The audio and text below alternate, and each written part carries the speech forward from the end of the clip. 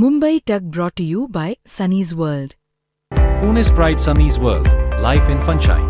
Resort weddings, events, restaurants, adventure wellness. Sunny's World, perfect destination for every occasion. नमस्कार, मी हर्षदा परब आणि तुम्ही पाहत आहे हा मुंबई तकचा व्हिडिओ आहे. आज आपल्याकडे विषय आहे तो म्हणजे पुन्हा एकदा महाराष्ट्रामध्ये मुंबईमध्ये मराठीचा वाद उफाळण्याची शक्यता आहे. आणि तो वाद उफाळण्याची शक्यता अशासाठी आहे ते म्हणजे की परिवहन मंत्र्यांनी रिक्षा आणि टॅक्सीचे जे चालक मालक आहेत त्यांना एक अट घातलेली आहे की बहुना एक जुनाच निर्णय असल्याचं त्यांचं म्हणणं आहे की जो आता ते अंमलबजावणी करणार आहेत. मराठी येणं महाराष्ट्रामध्ये मुंबईमध्ये सक्तीचं आहे असं त्यांचं म्हणणं आहे. आणि त्यासाठीच जेव्हा परवाना रिन्यू करण्यासाठी जाणार तेव्हा मग मराठी येते का याची खातरजमा केली जाईल.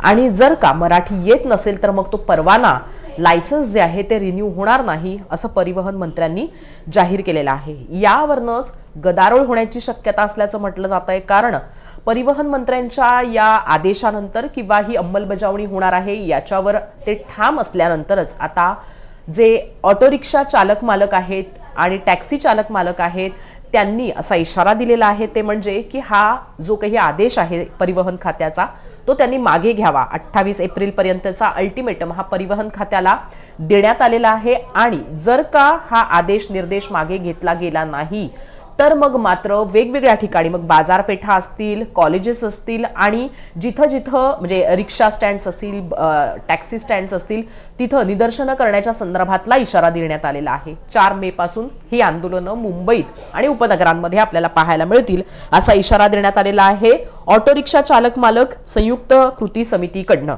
आता याच्यावरनच पुन्हा एकदा वाद झालेला आहे ते म्हणजे की मनसेनं हा परिवहन खात्याचा जो निर्णय आहे त्याला पाठिंबा दिलेला आहे. मराठी सक्ती असायला हवी रिक्षा आणि टॅक्सी चालक मालकांना असं त्यांचं म्हणणं आहे.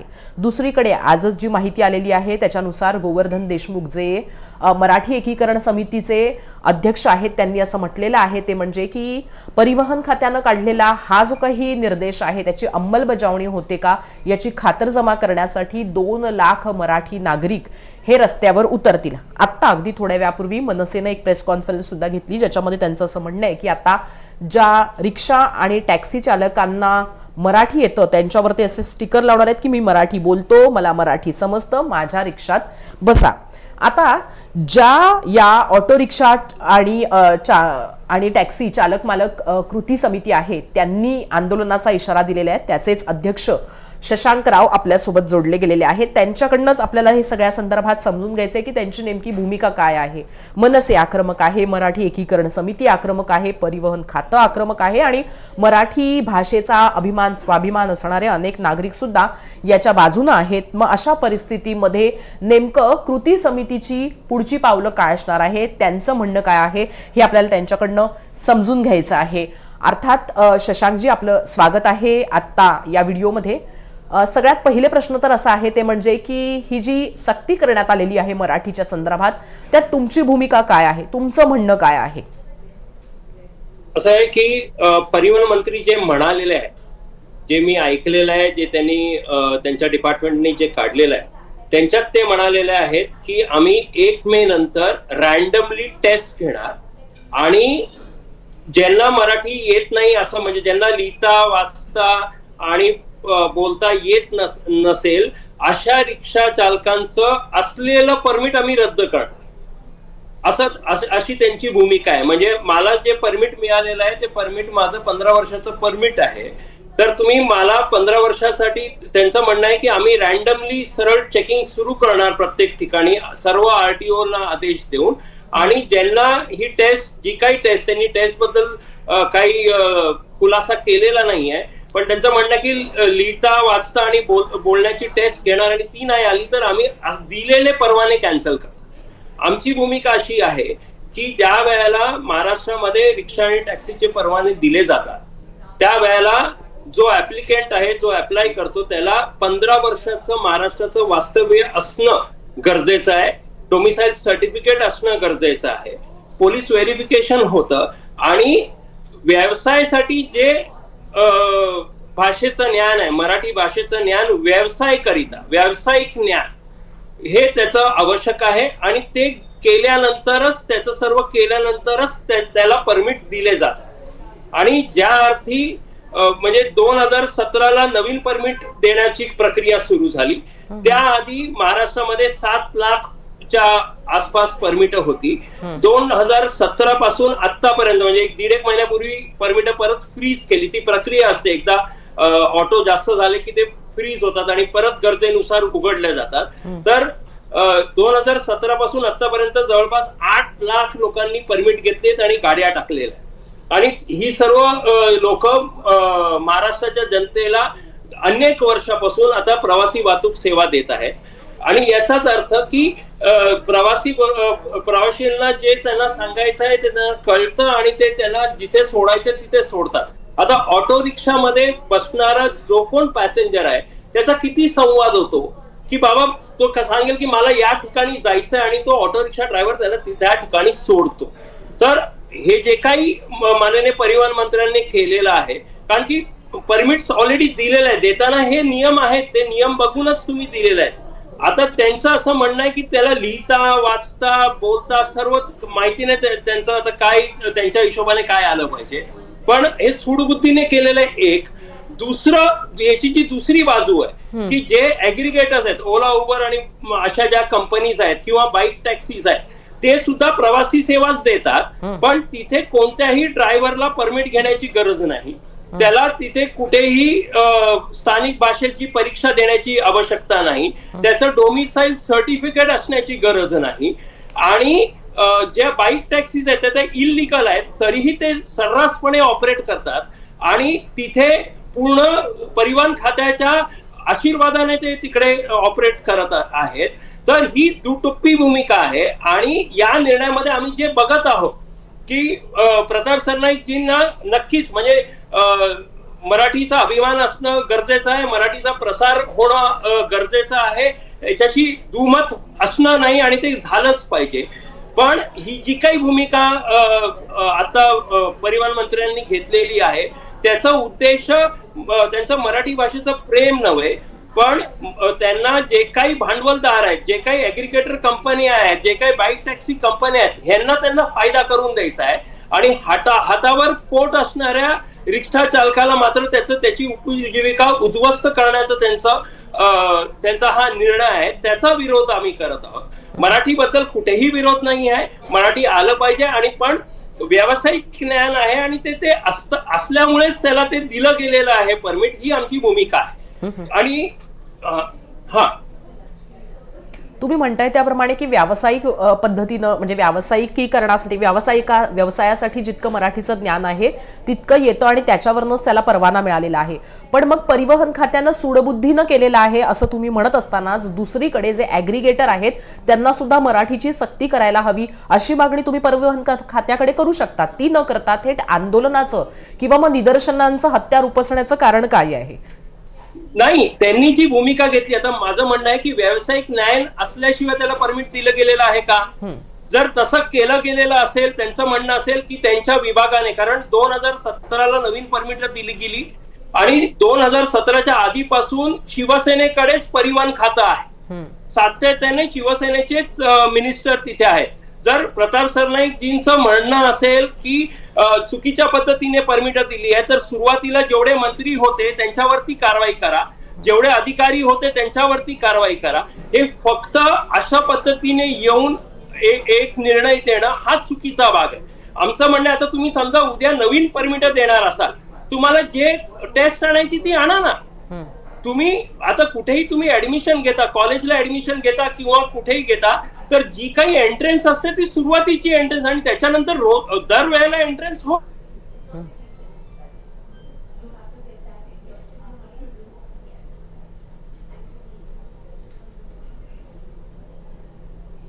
सर तुमची फ्रेम फ्रीज झालेली आहे, तुमचा आवाज येत नाहीये मला. शशांकजी, जे काही कायदे आणायचे, जे काही नियम आणायचे तुम्ही आणा, कुठेच काही म्हणणं नाही. आणि दुसरी बाजू अशी, जे मी म्हणतो की ते स्वतः व्यावसायिक आहे, तुम्ही स्वतः बिल्डर आहे आणि त्यांचंच म्हणणं आहे की जो महाराष्ट्रात राहील त्याला मराठी लिहिता वाचता बोलता आली पाहिजे. चांगली गोष्ट आहे. मला विचारायचं आहे की ते जेव्हा स्वतःचे फ्लॅट आणि कमर्शियल प्रॉपर्टीज विकत घेणाऱ्याला सुरुवातीला मराठीची टेस्ट देतात का? तिथे ते करत नाही. तिथे ते पैसे घेतात आणि त्यांचा व्यवसाय सुरू ठेवतात. पण जो हातावर पोट आहे, ज्यांनी सर्व नियम पाळलेले आहेत, त्याला व्यावसायिक ज्ञान आहे म्हणून त्याला परमिट मिळालंय.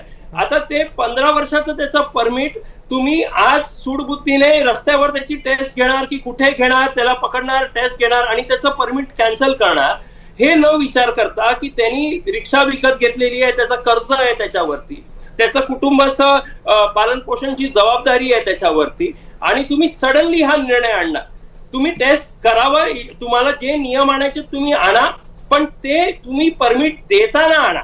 आणि आमचं हे म्हणणं आहे, जे मी ऍग्रिगेटर्स बद्दल बोललेलो आहे, की आम्ही सातत्याने मागणी केलेली आहे परिवहन खात्याकडे की त्यांना सुद्धा सेम नियम जे तुम्ही आज रिक्षा आणि ऑटो रिक्षा आणि टॅक्सी ड्रायव्हर्सला लावता, तेच नियम त्यांना लागू करा. पण ते एवढी वर्ष झालेली आहेत, त्यांनी जाणीवपूर्वक केलेलं नाही, आत्ताही ते करत नाहीयेत.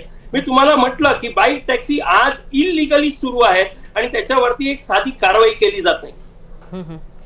मग कुठेतरी ऍग्रिगेटरसाठी अशा पद्धतीनं जे काही म्हणजे रिक्षा, ऑटो रिक्षा आणि टॅक्सी चालक मालक आहेत त्यांच्यावर ही काय आपण जबरदस्ती केली जाते किंवा हा नियम लादला जातोय असं तुमचं म्हणणं आहे का? येस, माझं तेच म्हणणं आहे. माझं कुठेही आम्ही कुठेही म्हटलेलं नाही आहे की तुम्हाला मराठीचं न्याय नसलं पाहिजे. नाही, असलंच पाहिजे. तुम्ही महाराष्ट्रामध्ये करत आहात, तुम्हाला न्याय, आणि ते ज्ञान मला आणि कायदा म्हणतो की तुम्हाला व्यावसायिक ज्ञान आलं पाहिजे.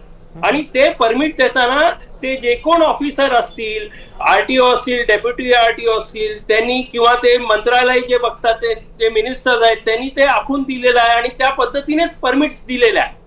आता जर ते उद्या समजा नवीन परमिट, जे मी परत सांगतोय की उद्या जर तुम्ही नवीन परमिट्स देणार असाल आणि त्यांनी हा नियम आणला की बाबा तुला एवढं हे रिटर्न टेस्ट आहे, हे वोकल टेस्ट आहे, आमचं काही हरकत नसेल, तुम्ही आणा. नवीन परमिट्स घेताना तुम्ही ते करावं, कुठेही बंधन नाहीये.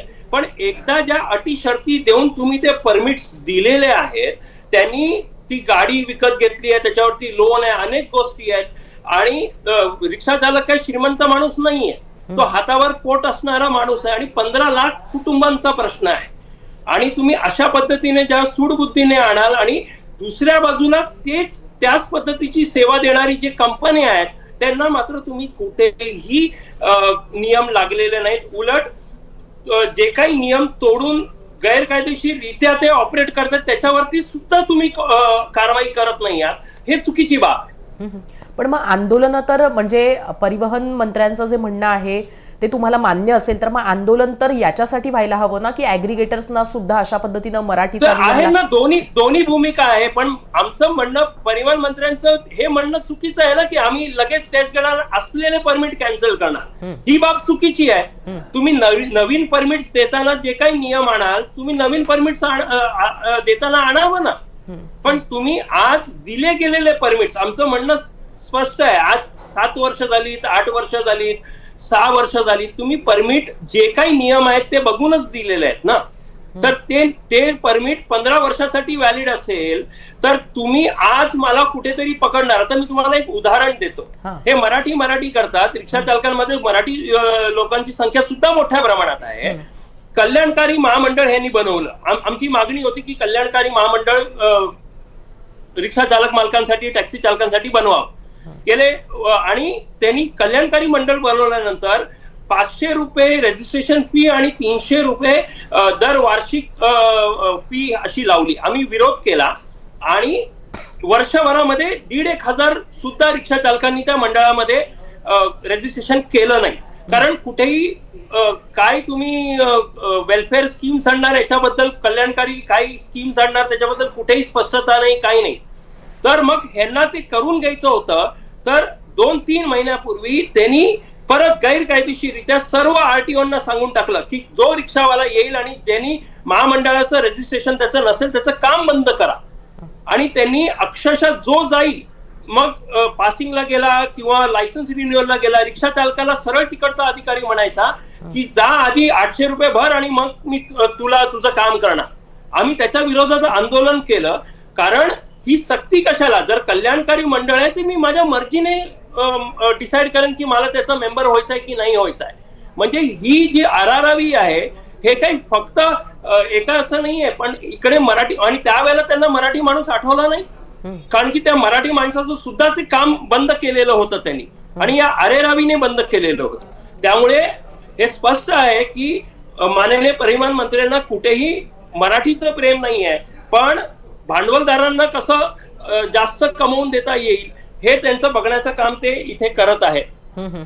पण मग आता बघा, मनसेनं सुद्धा परिवहन मंत्र्यांचा हा जो निर्णय आहे त्याला पाठिंबा दिलेला आहे, आणि ते सुद्धा आता रिक्षा आणि टॅक्सीवर स्टिकर लावणार असं त्यांचं म्हणणं आहे. संदीप देशपांडेंनी घेतलेल्या पत्रकार परिषदेमध्ये याच्याबद्दलचा उल्लेख केलेला आहे. तुम्ही म्हणताय त्याप्रमाणे व्यावसायिक ज्ञान मराठीचं आहे अशा रिक्षा म्हणजे आणि टॅक्सी चालकांनाच परवानगी दिलेली आहे. तर मग मनसेची ही भूमिका तुम्हाला योग्य वाटते का, अशा पद्धतीने स्टिकर लावणं? कारण तुम्ही म्हणता आहात की मराठी यायला पाहिजे आणि व्यावसायिक ज्ञान असलेल्यांनाच परवाने मिळालेले आहेत. असं आहे की मनसेबद्दल मी कुठेही काही बोलणार नाही, कारण की मला ही खात्री आहे की कुठेही मनसेची भूमिका मराठी माणसाला,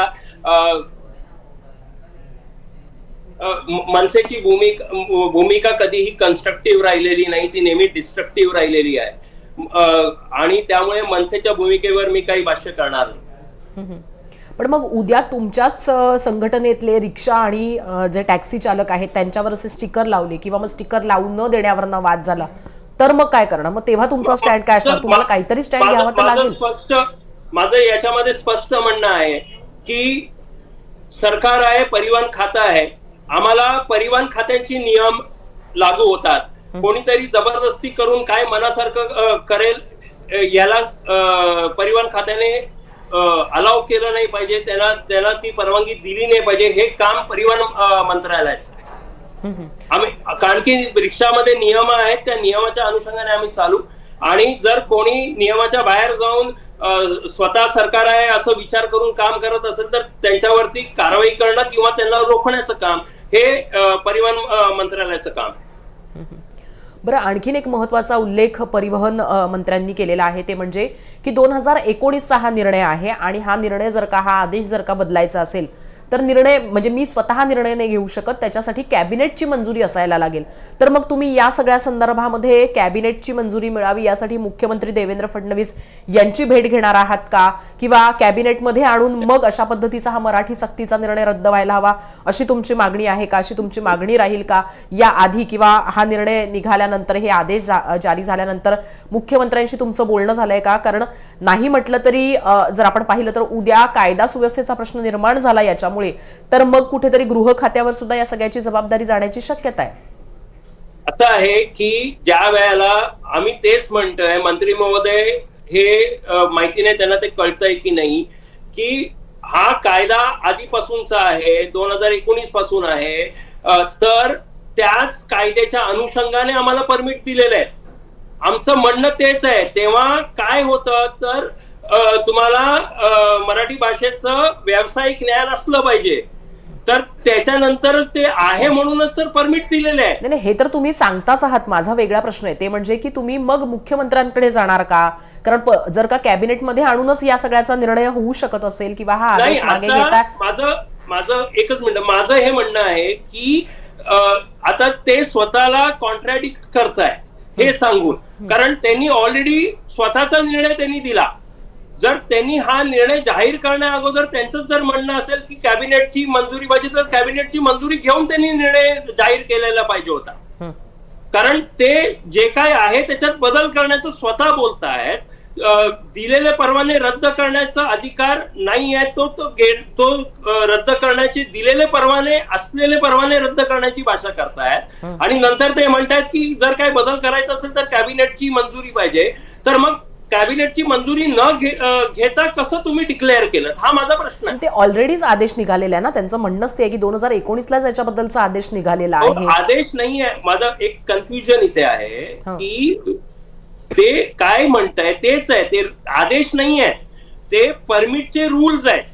ते परमिटचे रूल्स आहे की परमिट देताना तुम्हाला कोणाला देणार, तर डोमिसाइल्ड असला पाहिजे आणि त्याला मराठीचं व्यावसायिक ज्ञान असलं पाहिजे, आणि त्याच्यानंतरच ते रूल बघूनच आम्हाला परमिट दिलेले आहेत.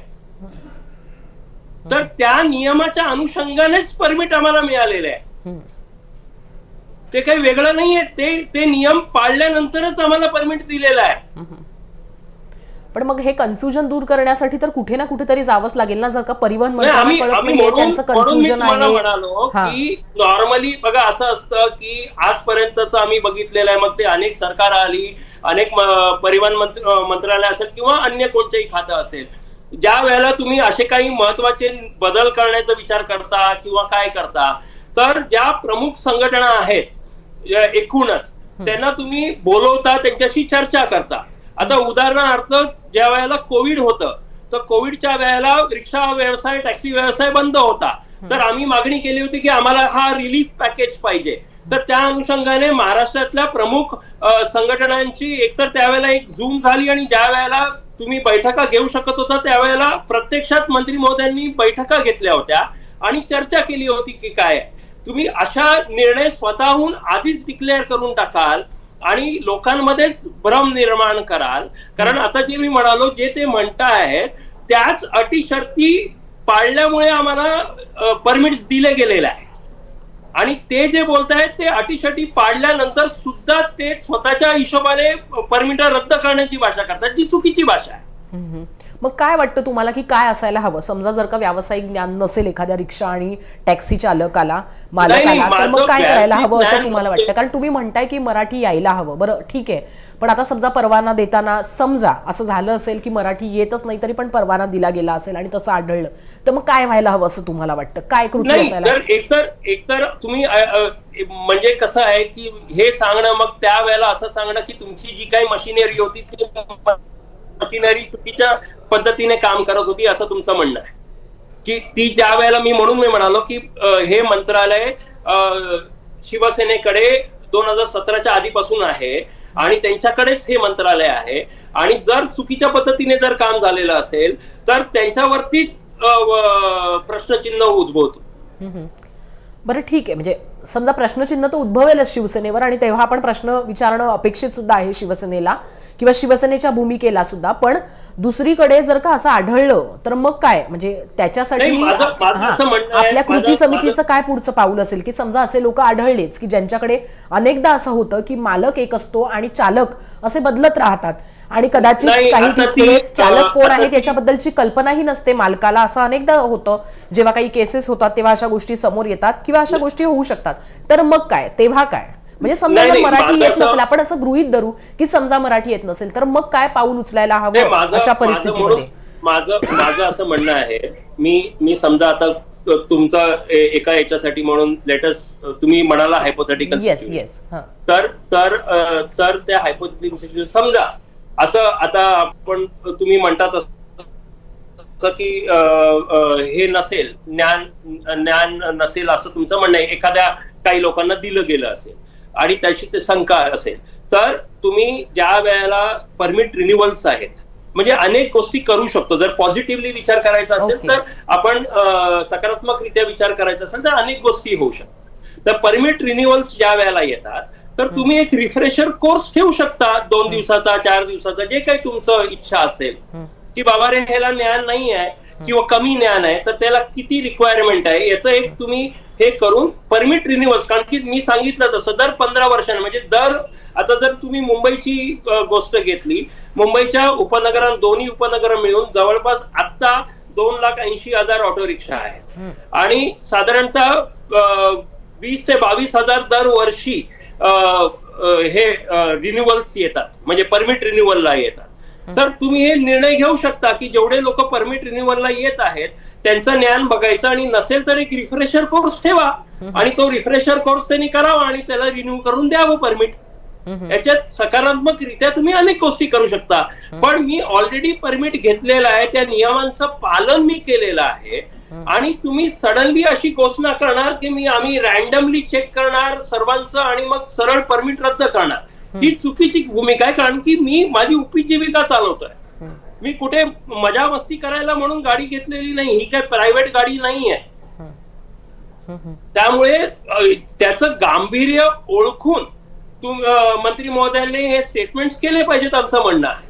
आणि आजही त्यांनी चर्चेला बोलवलं तर आम्ही आजही चर्चेला तयार आहोत, पण त्यांनी कुठेही चर्चा केलेली नाही. त्यांनी आजही वेळ कुठे गेलेला आहे? त्यांनी चर्चेला बोलवावं. आम्ही 28 तारखेला, कारण की महाराष्ट्रातनं पूर्ण निवेदन त्यांना जातील 28 तारखेला. त्यांनी आजही बोलवावं चर्चेला, आम्ही चर्चेला तयार आहोत. तुम्हाला एखादी गोष्ट चांगल्या पद्धतीने करायची आहे, तुम्ही करा ना, समर्थन आहे आमचं, काय प्रॉब्लेम आहे?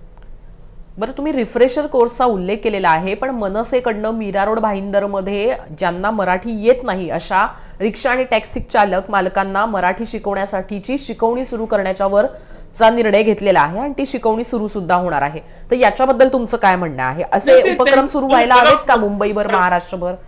नाही, प्रत्येकाचं माझं काय म्हणणं आहे की इंडिव्हिज्युअली काय करण्यापेक्षा परिवहन खात्याने हे निर्णय घ्यावेत ना. आता माझं असं म्हणणं आहे की समजा परिवहन खात्याने जर माननीय मंत्र्यांनी सांगितलं त्याला लिहिता वाचता आलं पाहिजे, तर नक्की काय पाहिजे? म्हणजे 1ली ते 5वी पर्यंत तुला सर्व आलं पाहिजे का, की तुला एवढं आलं पाहिजे का? कोण डिसाईड करणार आहे? तर परिवहन खात्याने ते डिसाईड करावं, त्याचं एक प्रॉपर हे जे काही असेल ते तयार करावं त्याचं कोर्स, आणि मग सांगावं. पण ते परमिट्स रिन्युअलला तुम्ही करू शकाल किंवा नवीन परमिट्सला तुम्ही करा. दिलेल्या परमिट्सला कॅन्सल करण्याची धमकी का देताय किंवा निर्णय का घेताय? का वाटतं तुम्हाला, का अशा पद्धतीने धमकी दिली जात असेल? मी तुम्हाला सांगतो ना, त्यांना या रिक्षाची संख्या कमी करायची आहे.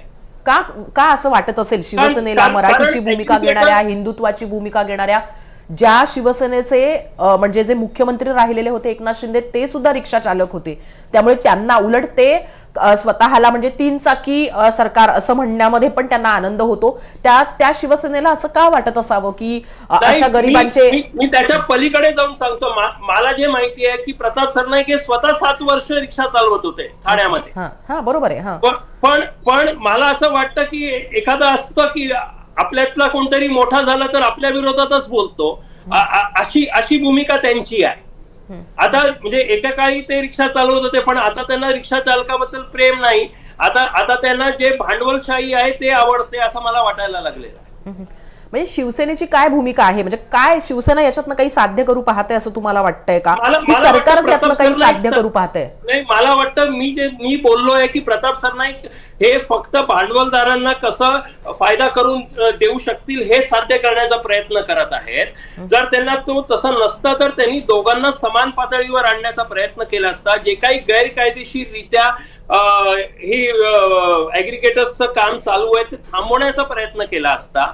पण हे असं न करता ज्यांनी सर्व नियम पाळून परमिट घेतले आहेत, आम्ही नियमाने सर्व काम करतो, अशा हातावर पोट असणाऱ्या रिक्षा चालकांना महाराष्ट्रभर एकदम त्यांच्या विरोधातली भूमिका घेणं ही काही अपेक्षा आम्हाला त्यांच्याकडनं नव्हती.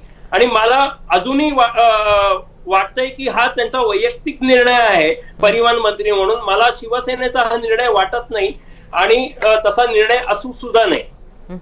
पण मग म्हणजे एकीकडे तुम्ही म्हणताय की 2017 पासून हे खातं, परिवहन खातं शिवसेनेकडे आहे. जर का निर्णय घेतलाय तर तो शिवसेनेने घेतलेला आहे. जर का तशा पद्धतीने मराठी येत नसेल असं आढळत असेल तर मग ते त्या शिवसेनेच्या यंत्रणेचाच काहीतरी दोष असेल किंवा तिथे असलेल्या यंत्रणेचा दोष आहे असं सगळं तुम्ही म्हणताय की प्रताप सरनाईक हे सगळं सुडबुद्धी न करता आहेत, ते स्वतः भांडवलशाहीच्या बाजूने जात आहेत. मग त्यांचाच हे वैयक्तिक निर्णय, म्हणजे कुठे शिवसेना कुठे प्रताप सरनाईक अशा वेगवेगळ्या पद्धतीने नाही बोलता येणार.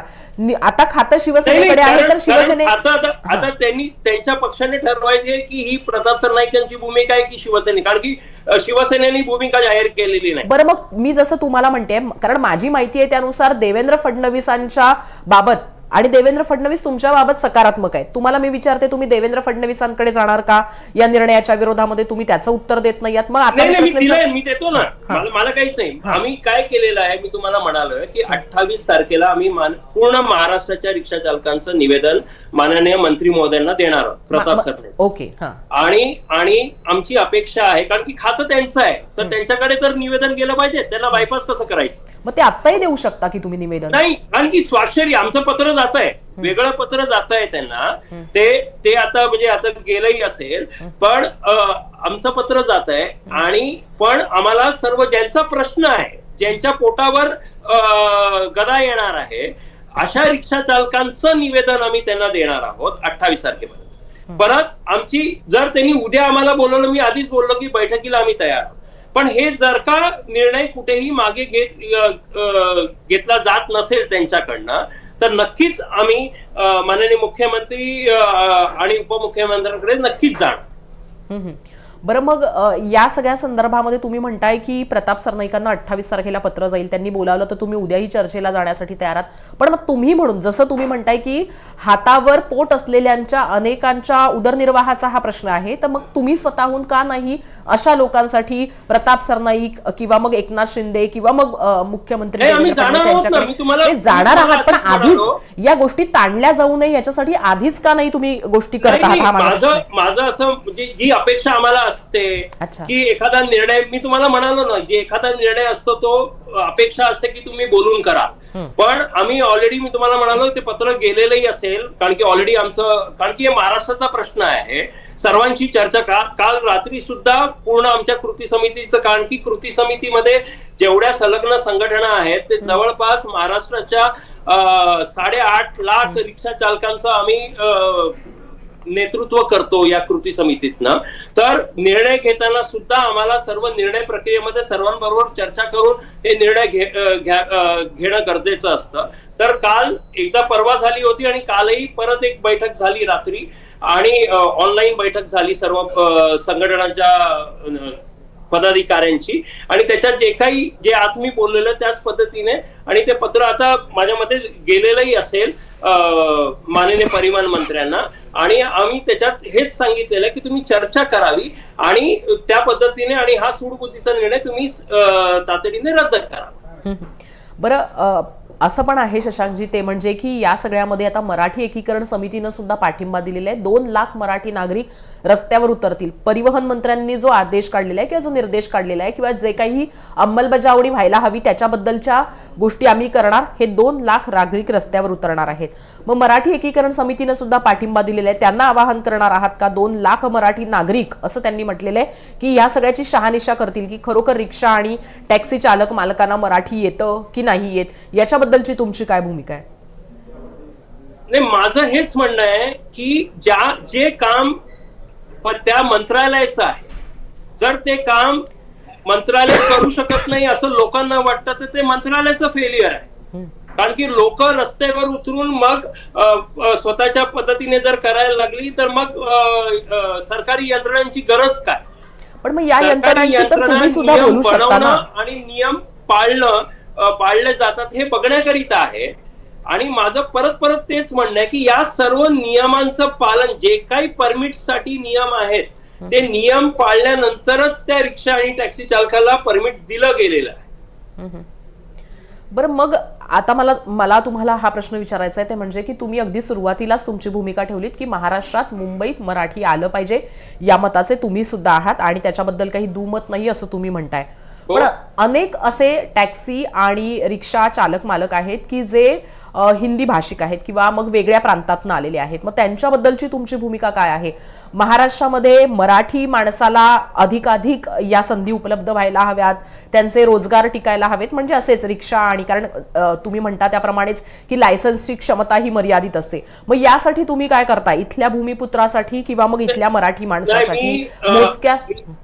मी याच्याबद्दल एकच सांगतो तुम्हाला, कारण की रावसाहेबांच्या वेळेपासून हा प्रश्न नेहमी येत राहिलेला आहे की जर मराठी माणसाला म्हणजे पाहिजे असेल परमिट तर कधीच कोणी रोखणार नाहीये. कारण तुम्ही बाहेरनं आलेला नाही आहात, तुम्ही इथलंच आहात, तर तुम्हाला डोमिसाइल्डच आहात, तुमचा जन्म इकडचा आहे.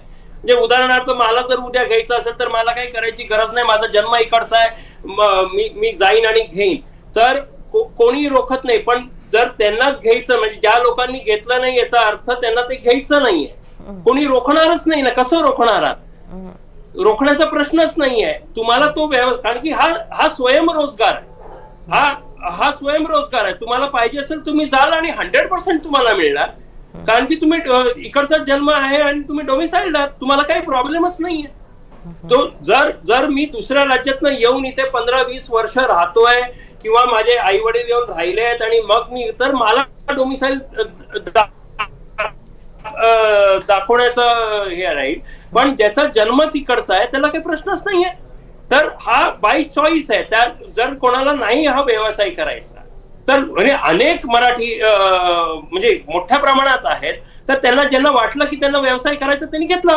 संख्या सांगू शकाल मुंबई शहरामध्ये आणि उपनगरामध्ये किती असे ओरिजिनल मराठी मालक आणि चालक आहेत आणि उपनगरांमध्ये किती असे मराठी चालक आणि मालक आहेत ज्यांच्याकडे रिक्षा आणि टॅक्सीचा परवाना आहे?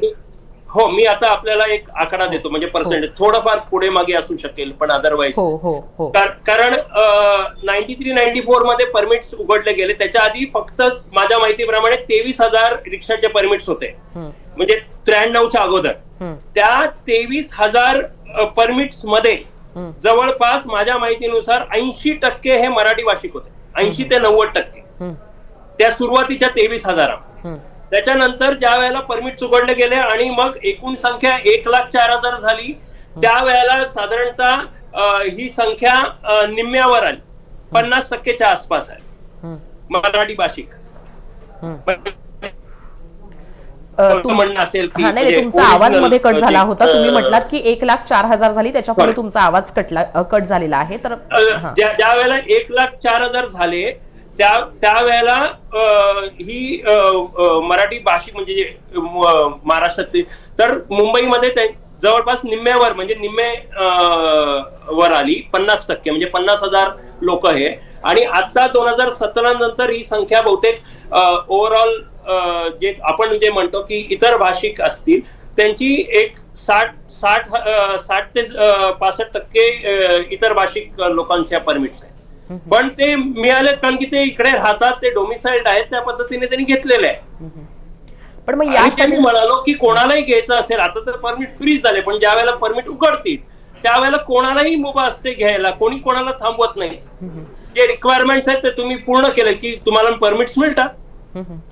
पण म्हणजे आता तुमच्याकडनं समजून घ्यायचंय, कारण अनेक वर्षांपासूनचा तुमचा या सगळ्या म्हणजे कारभाराचा अभ्यास आहे. अगदी तुमच्या वडिलांपासूनच तुम्ही हे सगळं जे काम आहे ते पाहत आलेला आहात किंवा याच्याबद्दलची तुम्हाला माहिती आहे आणि जवळून तुम्ही या सगळ्या गोष्टी पाहिलेल्या आहात.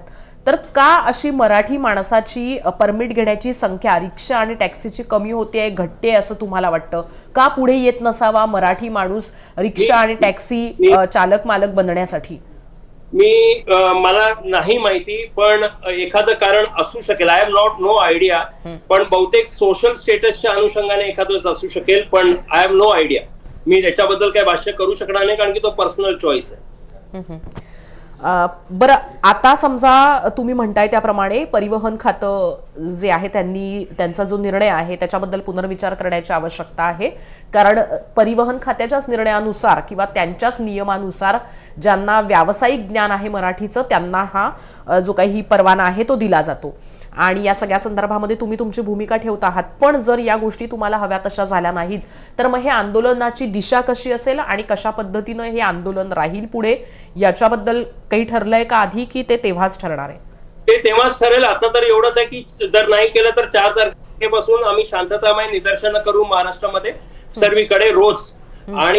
आणि जे प्रवासी आहेत, जे पॅसेंजर आहेत, ते आमच्या मागणीसाठी त्यांचं समर्थन घेण्याचं काम करू. पण हे सर्व शांततामय होणार आहे आणि शांततामयच होईल.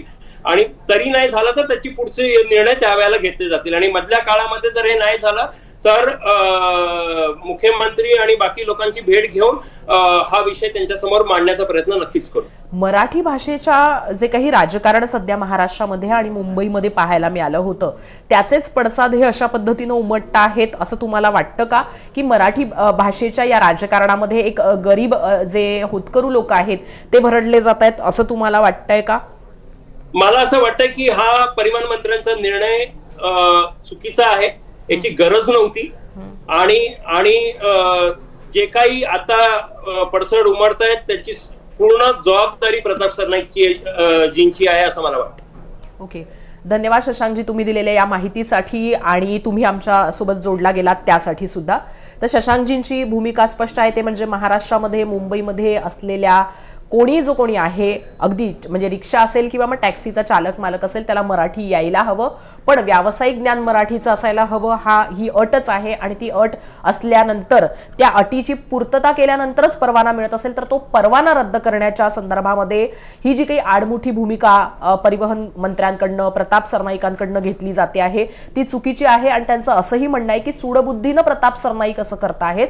ते ज्याचा व्यवसाय करतात त्या इमारती किंवा तिथल्या घरांना अशा पद्धतीचा नियम त्यांनी लावावा की मराठी ज्यांना येतं त्यांनीच घरं घ्यावीत, असा नियम ते लावतील का? तर ते तसं करत नाहीयेत. ते अधिक भांडवलशाही पद्धतीनं विचार करत आहेत.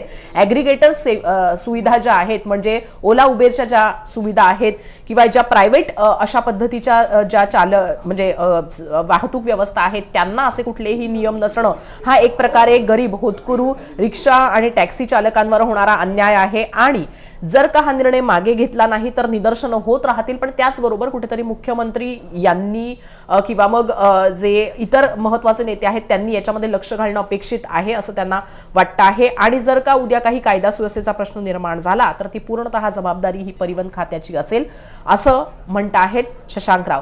तुम्हाला हा व्हिडिओ कसा वाटला हे नक्की कळवा. तसंच जी प्रताप सरनाईकांनी घेतलेली भूमिका आहे त्याच्याबद्दल तुमचं काय म्हणणं आहे, शशांकराव जे म्हणत आहेत त्यांचं म्हणणं जे मांडत आहेत त्याच्याबद्दल तुमचं काय म्हणणं आहे ते कमेंट बॉक्समधनं नक्की कळवा. मराठी सक्ती रिक्षा आणि टॅक्सी चालक मालकांना असायला हवी का? आणि जर का त्यांना मराठी येत नसेल लिहिता, वाचता, बोलता तर मग त्यांचे परवाने रद्द व्हायला हवे असं तुम्हाला वाटतं का? याच्याबद्दल सुद्धा नक्की कळवा. हा व्हिडिओ पाहिलात त्यासाठी धन्यवाद.